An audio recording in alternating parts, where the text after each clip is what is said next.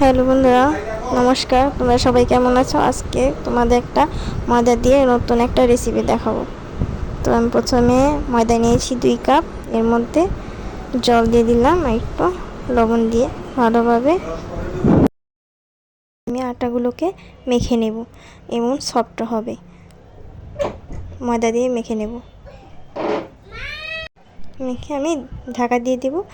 আর 2 থেকে 3 ঘন্টা এভাবে থাকবে। আর আমি মশলা বেটে নেব, যদি জিরে, মৌরি, সর্ষে, আদা আর গোলমরিচ। এখন আমাদের এটা হয়ে গেছে। 2 ঘন্টা পরে আমি এগুলো এখন ভালোভাবে ছাঁকনিতে ধুয়ে নেব।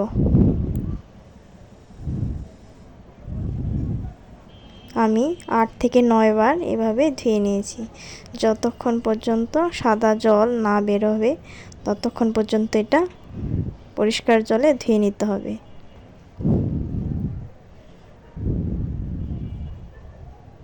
এই দেখো বের হয়ে যাচ্ছে।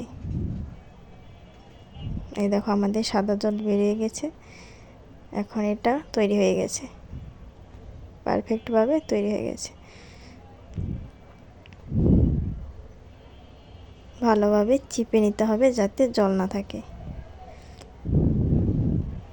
এখন কেচি দিয়ে আমি এগুলো কেটে নিয়েছি যাতে ভিতরে থাকা জলগুলো বেরিয়ে পড়ে। টমেটো কুচি নিয়েছি, মশলা বাটা, এটা বেগুন দিয়ে রান্না হবে।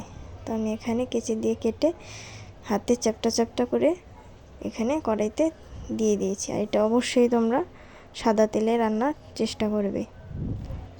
অনেকক্ষণ ভাজার পরে এই তো অবস্থা হয়েছে, ফুলে যাবে। ফুলে লাল হবে তখন এটা নামিয়ে নিতে হবে। দেখো কি সুন্দর ফুলে গেছে, একটু মচমচা হয়েছে ফুলে। আমি সবগুলো এভাবে ভেজে নিচ্ছি।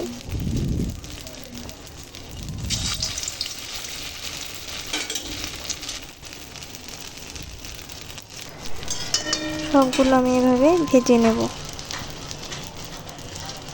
একটু লাল লাল করে ভাজবো। এই দেখো কি সুন্দর ফুলে গেছে, অনেক বড় বড় হয়ে গেছে। তোমরা এভাবে শুধু কিন্তু খেতে পারো লবণ এবং শুকনো লঙ্কা গুঁড়ো দিয়ে। দেখেছো কতটা বড় হয়ে গেছে। এখন ভাজার পরে আমি এগুলো নামিয়ে নেব।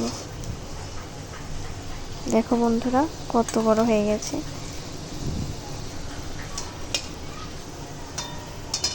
আর কিছু আমি ছোট ছোট করে ভেজেছি আমার মেয়ের জন্য। মেয়েগুলো লবণ দিয়ে খায় বসে বসে।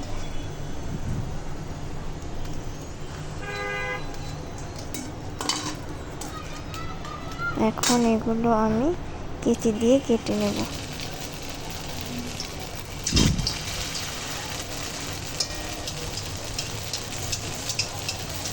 এইভাবে চেপে চেপে এই বড়াগুলো ভাজতে হবে।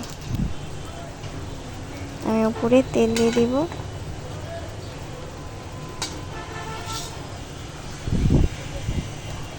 অবশ্যই তোমরা লক্ষ্য রাখবে যাতে নাকি একটুর মধ্যে জল না থাকে।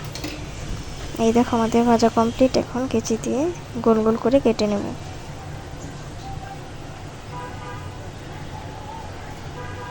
ঠিক এইভাবে গোল গোল করে আমি সবগুলো কেটে নেব। দেখো ভিতরে কি সুন্দর সফট হয়েছে এবং কোনো দিকে কাঁচা নেই। আর নরম, খুবই নরম। দেখে নাও মচমচা হয়েছে। এই যে আমি এগুলো সবগুলো এভাবে কেটে নিয়েছি। আর ভিতরটা কতটা ফাঁপা হয়েছে তোমরা দেখতে পাচ্ছ। দেখো কি সুন্দর নরম হয়েছে। আর এটা অবশ্যই ময়দা দিয়ে করার চেষ্টা করবে, আটা দিয়ে না। আটা দিলে এটা নরম হবে না, শক্ত হবে, আর খেতেও তেমন ভালো লাগে না। এখন আমি কড়াইতে সাদা তেল দিয়েছি। এর মধ্যে দিয়ে দিলাম তেজপাতা, সাদা জিরে, তারপর দিয়ে দেবো হিং, হাফ চামচ হিং দিয়ে দিলাম। দিয়ে দিলাম বেগুন। বেগুনগুলোকে এখন ভালোভাবে ভেজে নেব। দিয়ে দিলাম হলুদ, একটু লবণ। ভালোভাবে ভাজা হয়ে গেলে দিয়ে দেবো টমেটো কুচি। টমেটো কুচি দিয়ে ভালোভাবে নাড়াচাড়া করতে হবে। আমি এই মশলাগুলোকে একটু জল দিয়ে ভিজিয়ে রাখবো। এর মধ্যে দিয়েছি শুকনো লঙ্কা গুঁড়ো এবং কাঁচামরিচ। ভাজা হয়ে গেছে। এখন আমি ওই পেস্ট করা মশলাগুলো সব এখানে দিয়ে দেব। দিয়ে ভালোভাবে কষিয়ে নেব। তেলটা ছেড়ে আসলেই এখানে আমি জল দিয়ে দেব।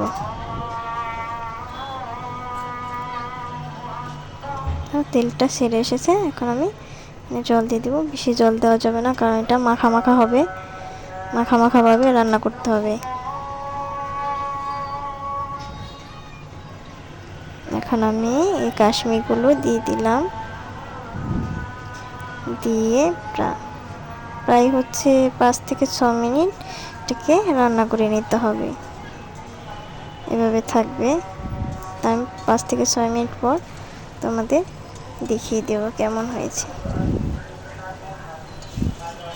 5 থেকে 6 মিনিট পরে আমি আবার আসলাম। এখন দেখো কি হয়েছে, মাখা মাখা ঝোল। দেখেছো, বেগুনটা পুরো গুলিয়ে দেবে, তাহলে খুব খেতে অনেক স্বাদ হয়। তো আমাদের হয়ে গেছে রান্না কমপ্লিট। দেখো কি সুন্দর। তোমরা অবশ্যই বাড়িতে ট্রাই করবে এবং খেয়ে বলবে কেমন হয়েছে। আর আমার চ্যানেলটা অবশ্যই তোমরা সাবস্ক্রাইব করে দিও, কমেন্ট করো, লাইক